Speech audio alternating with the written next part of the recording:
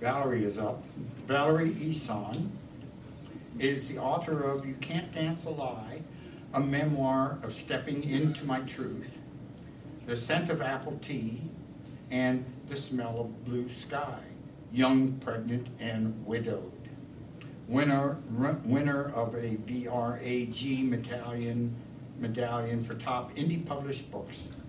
She co-chaired the Eugene chapter of Willamette Writers for over 8 years, diagnoses manuscripts as a certified 3-story method editor, and helps authors write memoirs.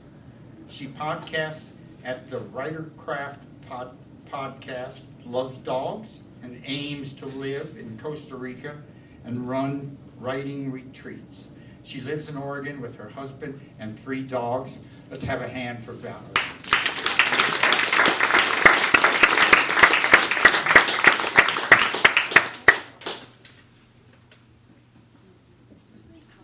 Hello. Can everybody hear? Maybe. I'm so excited to be in an anthology. I've never been in an anthology before, so I'm super happy that I'm in this one. So thanks to Tsunami Press for allowing it. I'm going to read my essay, Eye Contact. Can everybody hear me okay? Yeah. All right. I'm just going to start right in. I know what it's like to have $16 in my checking account until next payday. I know what it's like to call in a $20 debt to my best friend so I can fix my bike to ride it to work because I don't have the money to buy gas to drive to work. I know what it's like to get a $25 overdraft charge for non-sufficient funds because the $2.99 Apple iCloud storage payment I forgot about auto withdrew, followed by 2 more NSF charges the same weekend because of a check clearing I'd written 2 months ago and forgotten about, and an annual website auto renewal. I've known the shame of standing in line for a food box as a single mother of 2 children because I made too much money for food stamps. I've often wondered where needed money would come from, even with a job and an entrepreneurial side hustle or 2. But I've never known homelessness, nor have I ever worried about it. I have a large enough network of family and friends that I'll always have somewhere to go. There's always someone to catch my fall. In my almost half a century of being alive, I've learned a few things about myself. One is I'm highly empathic. Not like the empath Deanna Troi from Star Trek The Next Generation, though I resonated with that character. I can't know what you're feeling, even though sometimes that would be handy. Like the rest of humanity, I wonder what my spouse is thinking. I'm not telepathic, but despite potentially risking the general population's opinion of me, I do get a feeling. I sense the vibe in the room. I read body language. I hear hesitation and observe things unsaid. In an earlier career as a massage therapist, before each client, I'd go through a little just for me ritual of grounding myself and shielding. Otherwise, a client's emotions could catch me off guard, and I'd start crying in the middle of giving someone a massage for no reason of my own. At the end of each session, I always washed my hands, symbolically cleansing myself of any residual energy from my client. So when I see people in pain, I hurt. When I know a fellow human is in despair, I feel it. When I see an animal that's been tortured or even thoughtlessly neglected, I feel their anguish and loss of hope. I see how it must have happened to them. It plays out in my mind like a movie scene. And so I protect myself. I have to. I look away. I hate that I avoid eye contact with people on street corners asking for help. When I think of the courage they must have in order to stand in public, facing ridicule and rejection, I feel shame. If they can do that, why can't I even look at them? I ought to at least afford them the courtesy of a smile, or a wave, or a hello, especially if I don't have $1 to give them. One rainy morning, I dropped my kids off at school and began my errands at the grocery store Market of Choice on Willett-Kenzie Road. I swung by the coffee counter first to get an Americano. When I turned to the adjacent counter to add half and half in sugar, I almost collided with a man doing the same. "Oh, I'm sorry," I said, stepping back. He gestured for me to go ahead of him. "I'm used to waiting," he said with a smile. Upon closer inspection, I could tell by his clothing, tidy but damp, and his things just outside the door, that he was most likely homeless. "Please," I said, inviting him to go first. After I doctored my coffee, I made eye contact with him. "Have a good day, sir," I said with a nod. I tell myself I avoid the haunted eyes of the unhoused for my own mental health protection. I can't take on their pain, their fear, their despair. Depression would swallow me whole, and I'd never be able to function. Depression and anxiety have taunted me for years, and I've learned some tools to keep them at bay. Journaling helps, as well as surrounding myself with positive people, and taking my vitamins and mood supplements. I use UV light therapy 7 or 8 months out of the year, and snuggle with my dogs multiple times a day. I try to stay as physically healthy as I can. I don't watch the news, and I avoid doom scrolling on social media. I give money to animal shelters, #AdoptDon'tShop, and always try to be nonviolent in my communication, consumption, and output.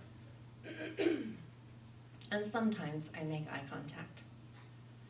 One crisp morning, my whole day upended because of a cardboard sign and the singular sadness of my young son. The sign said, "Living in truck, need dog food."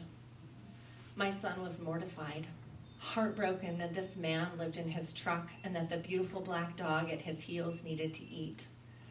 My son wept in the van on the way to school. I promised him I would pick up some dog food and bring it back to the man before I went home.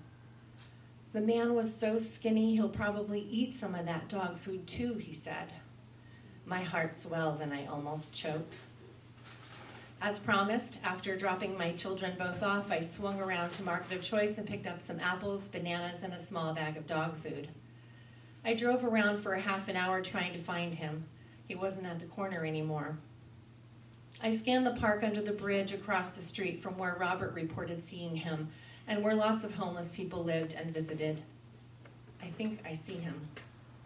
I circuited up the bridge, off an exit, and back on the bridge 3 times before deciding that it most likely was him. But I was leery of walking into a group of maybe 20 homeless people.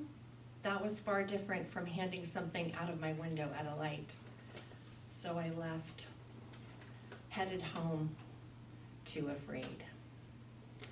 I got almost all the way there before I knew with certainty that there was no way I could pick up Robert at school that day and tell him I didn't help the man and his dog. And the groceries were in my car, reminding me I had failed. I turned around again and drove back over the bridge. I parked across the street and carried the dog food and the bag of apples and bananas to the group of people. I didn't see the dog anywhere. What am I going to say to these people? A couple of them noticed me, one shielding his eyes from the morning sun as I advanced. I called out from about 10 yards away. "Were one of you guys at the corner with the dog earlier?" My heart pounded. A series of yeahs followed, and a sweetie of a dog, black lab something, came out from the middle of the group. "My son saw you and wanted me to bring you this." I held out the grocery bag and the dog food. "Oh, thank you. That's so good of you. God bless you. That's sweet." "I'm sorry there's not more of it," I said. I shook someone's hand. Another offered me a free concert. He would play me his guitar. Another asked me to pray for him. It felt good, but that was almost 13 years ago, and I still avoid eye contact. I still try not to drown in despair and feel too much. I still succumb to self-hatred when I think, why am I putting myself above them? Why should I not despair when they do? Who am I to ignore the suffering of others? When I start gulping for air and looking wildly about for any place for my eyes to land but on the despair in front of me, I recognize I've reached the tipping point. a trigger spot in the negative mind spiral where if I don't redirect now, abort now, things will get ugly up in my brain for a long time. So I do. I abort. And I try not to hate myself for it. I abort when I need to and stretch myself when I can. Like last year. Last year I stretched. One morning I arrived at work, Tsunami Books, and discovered a young man sleeping in the parking lot. He was in a thick sleeping bag, his blonde hair tousled out in the chilly air on the makeshift pillow, his rucksack. My elbows locked up, and dread filled my interstitial spaces like wet, unset concrete. What should I do? I usually avoid conflict of all kinds. Wow, that was hard to say. Let me just take a little sip of water. I usually avoid conflict of all kinds, especially ones where justice is on no one's side and it's a no-win situation for everyone. Ones where my socioeconomic and racial privilege makes someone else's day shitty. He was only sleeping, hurting no one. I hated it was illegal in our city to sleep. I didn't want him to get in trouble, but I couldn't have him there when customers started arriving, and then I cringed for even having that passing thought. I took a deep breath, walked past him, and unlocked the door to the bookstore. While I turned on the lights, the heaters, and the computers, I thought of what to do. How could I safely and kindly approach him, wake him, and get him out of the parking lot in 15 minutes? Using my empathy, instead of shielding it this time, I actively sought out what he might be feeling upon waking. He'd probably only been asleep for a few hours at most. He might have taken something to help him forget, to numb, or to stay warm, and waking up from that might be uncomfortable. He might feel embarrassed or afraid.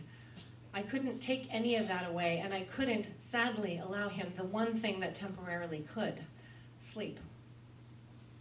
I'd never woken up in a parking lot before, but I had woken up too early, under the influence of various intoxicants, not feeling my best. My hands stilled at their tasks. I know what to do. I went next door to the coffee kiosk and bought a muffin and a large coffee. I walked around the side of the building and set down the coffee cup 2 feet away from the blonde man's eyes, hoping it would be the first thing he saw. I set the muffin on the lid, like a crown. Squatting behind my offering, creamers and sugar packets in my palm, I called out in a calm voice, "Hey." My heart rate had slowed. I had a plan, and it was a good one. I was doing my job, opening the store and creating a welcoming environment for the customers. And I was allowing the man in front of me some dignity, showing him some compassion.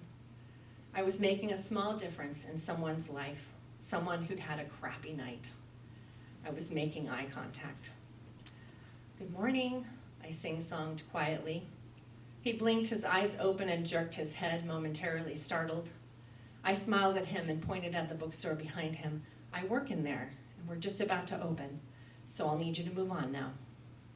He sat up and blinked again, slow, getting his bearings. "I brought you a coffee and a muffin. Didn't know if you'd want these." I showed my hand of creamers and carefully deposited them on the damp ground next to the coffee cup. It seemed disrespectful somehow to put the sugar packets, something he would likely consume, on the dirty ground, but I didn't want to approach him. I knew I was safe. I was in full sight of everyone on Willamette Street, but I didn't know if my approach would be welcome. With no privacy, constant elemental barrage, and a whole slew of unmet basic human needs, invisible boundaries were often crossed, and I didn't want him to feel discomfort on my account. Time to move on, I said again. "I hope you have a good day." I went inside the bookstore and locked the door. I'm all for basic human needs and dignity, and I know the bathroom is my first stop upon waking, but I was alone, and I always kept the door locked until another coworker arrived. I smiled to myself and turned on the store music. I did a scary thing, but it was a good thing, a human rights thing. I extended courtesy and dignity, not to mention a small breakfast, to someone in need, down on his luck and only trying to sleep. Buoyed by hope and pride, I finished opening the bookstore. Later, sharing my story to my friend Scott, my mood swiftly tanked. "You brought him food? Great." He stomped around, throwing his arms in the air. "Now he'll be back looking for you, hoping for more. And he'll probably bring his friends." My breath hitched and my heart thumped. I turned to face him, my movements stunned to slowness. I did a good thing, a kind thing. Tears welled and my face grew hot. Sweat prickled under my arms and along my hair. I gulped and bit down on the sides of my tongue.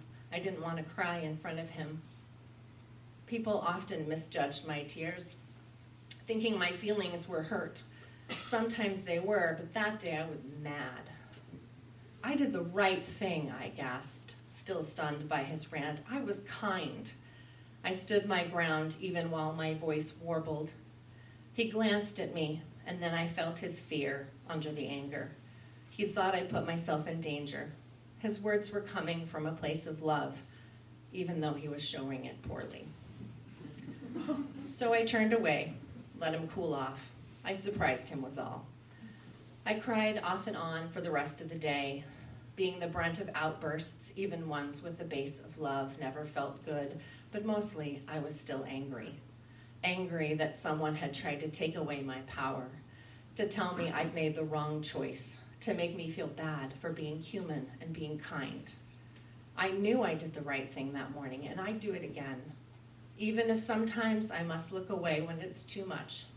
Even when I start to gulp for air and know the trigger to despair is fast approaching, I do what I can, when I can, and if nothing else, I try for eye contact.